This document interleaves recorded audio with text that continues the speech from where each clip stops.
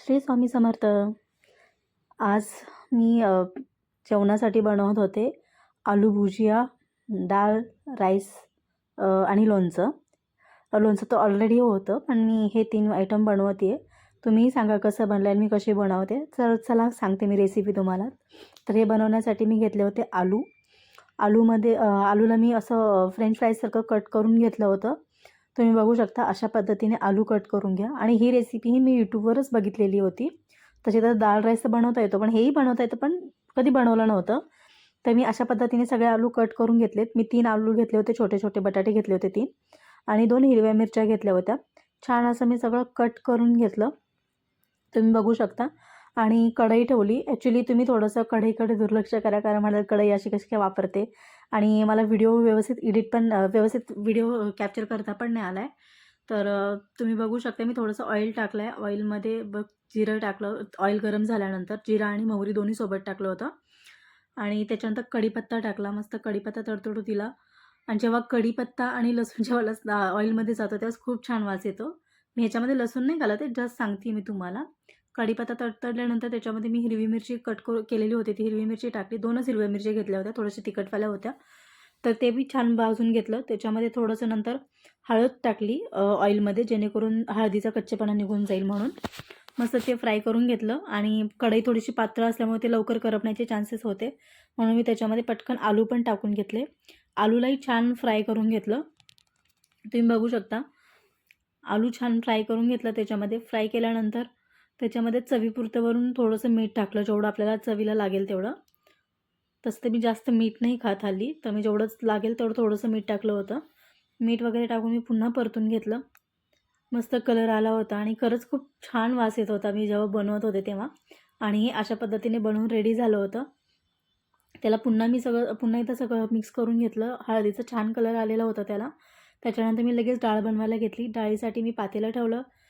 त्याच्यामध्ये पण मी जिरे मोहरी वगैरे टाकून घेतलं आणि जिरे मोहरी छान भाजल्यानंतर तडतडल्यानंतर त्याच्यामध्ये जो कढीपत्ता टाकला. कढीपत्ता टाकल्यानंतर कढीपत्ता ताजाच असल्यामुळे तो तेलामध्ये थोडंसं जास्त ऑइल उडत होतं. त्याच्यानंतर मी ठेचलेला लसूण टाकला. डाळीमध्ये कधीही कट केलेल्या लसणापेक्षा ठेचलेला लसूण टाकला तर त्याचा वास छान येतो, चवही चांगली लागते. त्याच्यामुळे मी ठेचूनच लसूण टाकला. माझ्या घरी ठेचूनच वापरतात, कट केलेलं लसूण नाही वापरत. माझी मम्मी पण खूप छान जेवण बनवते, तर मी तिच्याकडूनच शिकले स्वयंपाक बनवायला. तुम्हाला वाटत असेल हा तर फक्त व्हिडिओ आहे, आम्ही काही खाऊन बघितलं आहे का, पण नाही, पण खरंच खूप छान बनवते मी स्वयंपाक, सेम माझ्या आईसारखा. तर मी लसूण वगैरे भाजल्यानंतर त्याच्यामध्ये थोडीशी हळद टाकली. मी ऑलरेडी डाळ शिजताना त्याच्यात हळद आणि टमॅटो टाकलं होतं, मीठ पण टाकलं होतं. तर त्याच्या हिशोबाने आत्ता थोडीशी हळद, थोडंसं कलरसाठी लाल तिखट आणि गरम मसाला टाकला. छान असं भाजून घेतलं. त्याच्यामध्ये मग फोडणीसाठी जे डाळ आपण शिजवलेली होती ती डाळ मी त्याच्यामध्ये टाकून दिली. तुम्ही बघू शकता छान तडका बसला होता. आणि जेव्हा जेव्हा मी डाळ टाकली त्याच्यामध्ये खूप छान वास येत होता. कधी तुम्ही या पद्धतीने ट्राय करून बघा, खूप छान जेवण. आणि मला ॲक्च्युली थोडंसं मिळमीठ जेवण नाही आवडत, तिखट आवडतं, तर मी त्याच्या हिशोबाने हे बनवलं होतं. तुम्ही तुमच्या हिशोबाने बनवू शकता. खूप छान बनलं होतं. डाळीला मस्त अशी उकळी आली आणि त्याच्यामध्ये मग नंतर मी कोथिंबीर टाकून घेतली होती.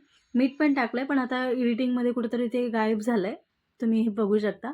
मीठ पण टाकलं आहे आणि डाळ वगैरे चांगली उकळून घेतली. छान अशी थोडंसं कच्चं वगैरे असेल त्याच्यामध्ये डाळ वगैरे तर त्याच्यामध्ये शिजून जाईल त्याच्या हिशोबाने.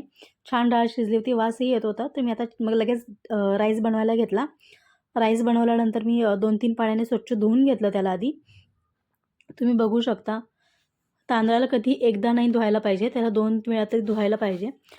किचनवरचा माझा बाकीचा राडा थोडासा इग्नोर करा, कारण थोडंसं भांडे वगैरे पडतात आणि ते भांडे फक्त माझे एकटीचेच नाही तर आम्ही रूममेट्स वगैरे सगळ्या यूज करतो, तिथेच असतं. पोरी सकाळी आम्ही सगळ्या कामाला जातो तर तिथेच ठेवून जातो. तर तुम्ही बघू शकता हा व्हिडिओ आहे तो शनिवारचा, हा व्हिडिओ रविवारचा, म्हणजे आजचा व्हिडिओ आहे हा. त्याच्यानंतर मी तांदूळ घेतलं, त्याच्यामध्ये चवीपुरतं मीठ टाकलं आणि पाणी टाकून घेतलं. छान असं त्याला कुकर लावला, झाकण वगैरे लावून गॅसवरती ठेवून दिला. आमचा ॲक्च्युली कॉमन गॅस खाली आहे, माझ्या रूममध्ये आहे तो छोटा गॅस आहे. तर मी तिथे डाळ उकळेपर्यंत खालून राईस लावून घेतला, तुम्ही बघू शकता. आणि ॲक्च्युली कुकर छोटा असल्यामुळे त्याच्यामध्ये कितीही कमी पाणी टाकलं तर ते पाणी बाहेरच येतं. असं नाही की त्याच्यामध्ये जास्त पाणी झालं आहे, पाणी बरोबरचंच होतं. पण माहिती नाही कसं काही माझ्याकडून हे असं म्हणजे बहुतेक मी कुकर चुकीचा घेतला असावा असं मला वाटतं, कारण हमेशा मी त्याच्यामध्ये काही शिजवू दे ते बाहेरच येतं. अशा पद्धतीने माझा भात पण शिजून झाला आहे. तुम्ही बघू शकता सगळं जेवण आवरलं आहे आणि मी सगळं ताटामध्ये वाढून पण घेतलं आहे. खूप छान बनलं होतं. तुम्ही टेस्ट करा. माझे व्हिडिओ जर तुम्हाला आवडत असेल तर लाईक करा, शेअर करा, सबस्क्राईब करा आणि जर ही रेसिपी तुम्ही बनवली तर कधी तर बनवल्यानंतर कमेंटमध्ये सांगा कशी बनली. खूप छान लागलं होतं, म्हणजे खूप छान बनवलं होतं. दाल राईस तर नॉर्मलच आहे, पण माझ्यासाठी आलू भुजिया फर्स्ट टाईम बनवलं होते. कसे वाटलं माझा व्हिडिओ नक्की सांगा. भेटू पुढच्या व्हिडिओमध्ये. तोपर्यंत सगळ्यांना बाय. लवकरच भेटू आपण पुढच्या व्हिडिओमध्ये. तोपर्यंत माझ्या व्हिडिओला सबस्क्राईब करा. बाय.